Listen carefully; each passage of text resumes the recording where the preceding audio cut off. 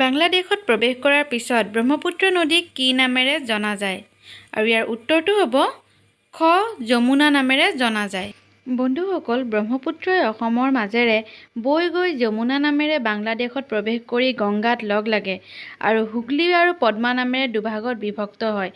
তাৰ পিছত ই বংগোপসাগৰত পৰেগৈ।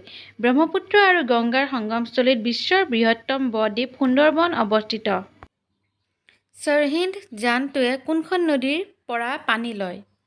আৰু ইয়াৰ উত্তৰটো হ'ব খ সুতলেজ নদী। বন্ধুসকল, এই সতলুজ নদীক শতদ্ৰু নদী নামেৰেও জনা যায়। শতদ্ৰু নদী পঞ্জাৱৰ ঐতিহাসিক 5খন নদীতকৈ আটাইতকৈ দীঘল নদী। এই সতলুজ নদী কৈলাশ পৰ্বতৰ পৰা ওলাই আহে।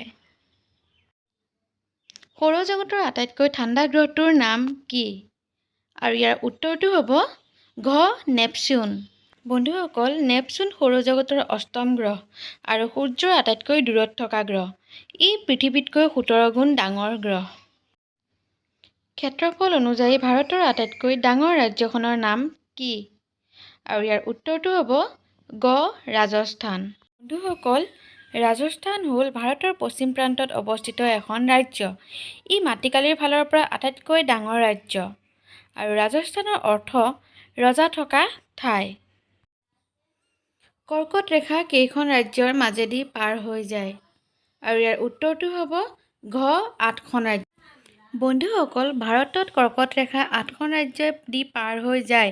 সেইকেইখন হৈছে গুজৰাট, ৰাজস্থান, মধ্যপ্ৰদেশ, ছত্তীশগড়, ঝাৰখণ্ড, ৱেষ্ট বেংগল, ত্ৰিপুৰা আৰু মিজোৰাম।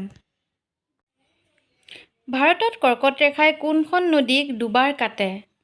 আৰু ইয়াৰ উত্তৰটো হ'ব গ মাহী নদীক। বন্ধুসকল, মাহী নদী পশ্চিম ভাৰতৰ এখন মুখ্য নদী। মাহী নদীৰ উৎপত্তি মধ্যপ্ৰদেশৰ ধাৰ জিলাৰ মিণ্ডা গ্ৰামৰ বিন্ধ্যাচল পৰ্বতৰ শ্ৰেণীৰ পৰা হৈছে। ভাৰতৰ আটাইতকৈ পুৰণি পৰ্বতমালা কোনখন? আৰু ইয়াৰ উত্তৰটো হ'ব খ আৰাৱলী। বন্ধুসকল, আৰাৱলী পৰ্বত ৰাজস্থানত অৱস্থিত।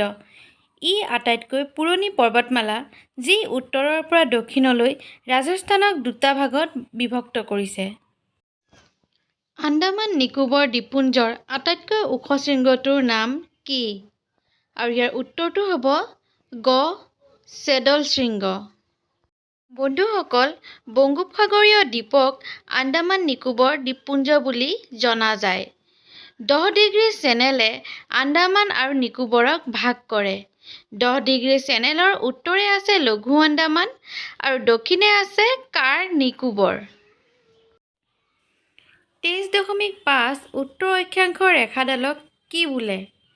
আৰু ইয়াৰ উত্তৰটো হ'ব খ কৰ্কট ৰেখা। বন্ধুসকল, পৃথিৱীৰ উপৰিভাগক কেইটামান তাপমণ্ডলত ভাগ কৰা হৈছে। পৃথিৱীৰ সোঁমাজৰ কাল্পনিক ৰেখা বিষুৱ ৰেখাৰ উত্তৰ ফালে অৱস্থিত 23.5% উত্তৰ অক্ষাংশ কাল্পনিক ৰেখাডালকেই কৰ্কটক্ৰান্তি ৰেখা বোলে। ভাৰতবৰ্ষ আৰু পাকিস্তানৰ সীমাৰেখাডালৰ নাম কি? আৰু ইয়াৰ উত্তৰটো হ'ব ক মেকমোহন লাইন। ভাৰতৰ মৰুস্থলত বৈ যোৱা আটাইতকৈ মুহূৰ্তপূৰ্ণ নদীখনৰ নাম কি? আৰু ইয়াৰ উত্তৰটো হ'ব ঘ লুনি নদী। বন্ধুসকল, লুনি নদীৰ উৎপত্তি আৰাৱলী পৰ্বতৰ ওচৰত আজমেৰ জিলাৰ নাগ পাহাৰৰ পৰা হৈছে। এই নদী ৰাজস্থান আৰু গুজৰাটত বয়। তিব্বতত কোনখন নদীক চাংপো নামেৰে জনাজাত? আৰু ইয়াৰ উত্তৰটো হ'ব খ ব্ৰহ্মপুত্ৰ। ভাৰতৰ আটাইতকৈ দীঘল ৰাষ্ট্ৰীয় ঘাইপথ কোনটো? বন্ধুসকল, ইয়াৰ উত্তৰটো হ'ব ঘ 44 নং ৰাষ্ট্ৰীয় ঘাইপথ। বন্ধুসকল, ভাৰতৰ আটাইতকৈ দীঘল ৰাষ্ট্ৰীয় ঘাইপথ হ'ল 44 নং ৰাষ্ট্ৰীয় ঘাইপথ, যাক প্ৰথম 7 নং ৰাষ্ট্ৰীয় ঘাইপথ নামেৰে জানিছিল। আৰু এই ঘাইপথটো 3745 কিলোমিটাৰ, যিটো পথ জম্মু কাশ্মীৰৰ শ্ৰীনগৰ হৈ তামিলনাডুৰ কন্যাকুমাৰীলৈকে যায়।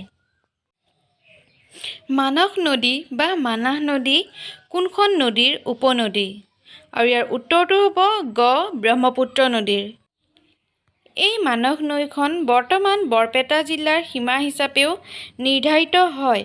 ভূটানৰ পৰা নামি অহা খৰস্ৰোতা বুৰঞ্জী প্ৰসিদ্ধ নৈখনৰ দৈৰ্ঘ্য সৰ্বমুঠ ৩৭৬ কিলোমিটাৰ অৰ্থাৎ ২৩৪ মাইল। আৰাৱলী আৰু বিন্ধ্য পৰ্বতৰ মাজত কোনখন মালভূমি অৱস্থিত? আৰু ইয়াৰ উত্তৰটো হ'ব খ মালৱা মালভূমি অৱস্থিত। মালৱা মালভূমিৰ প্ৰধান মাটি কেনেকুৱা? আৰু ইয়াৰ উত্তৰটো হ'ব খ ক'লা মাটি। দুডাল অক্ষাংশ ৰেখাৰ মাজৰ দূৰত্ব কিমান? বন্ধুসকল ইয়াৰ উত্তৰটো হ'ব খ ১১১ কিলোমিটাৰ। তলৰ কোনখন ঠাইত সূৰ্যৰ ৰশ্মি কেতিয়াও উলম্বভাৱে নপৰে? আৰু ইয়াৰ উত্তৰটো হ'ব খ বিশাখাপট্টনম। লাইন অফ কণ্ট্ৰল ক'ত অৱস্থিত? আৰু ইয়াৰ উত্তৰটো হ'ব ক পাক ভাৰত সীমাত। লাইন অফ একচুৱেল কণ্ট্ৰল ক'ত অৱস্থিত? আৰু ইয়াৰ উত্তৰটো হ'ব খ চীন ভাৰত সীমান্তত। তলৰ কোনখন ৰাজ্যত ইউৰেনিয়ামৰ খনি আছে? আৰু ইয়াৰ উত্তৰটো হ'ব গ বিহাৰ। তলৰ কোনখন চহৰত উৰাজাহাজ নিৰ্মাণ কৰা হয়? আৰু ইয়াৰ উত্তৰটো হ'ব খ বাংগালুৰু। মিজোৰামৰ উচ্চতম পৰ্বত কি? আৰু ইয়াৰ উত্তৰটো হ'ব খ নীল পৰ্বত।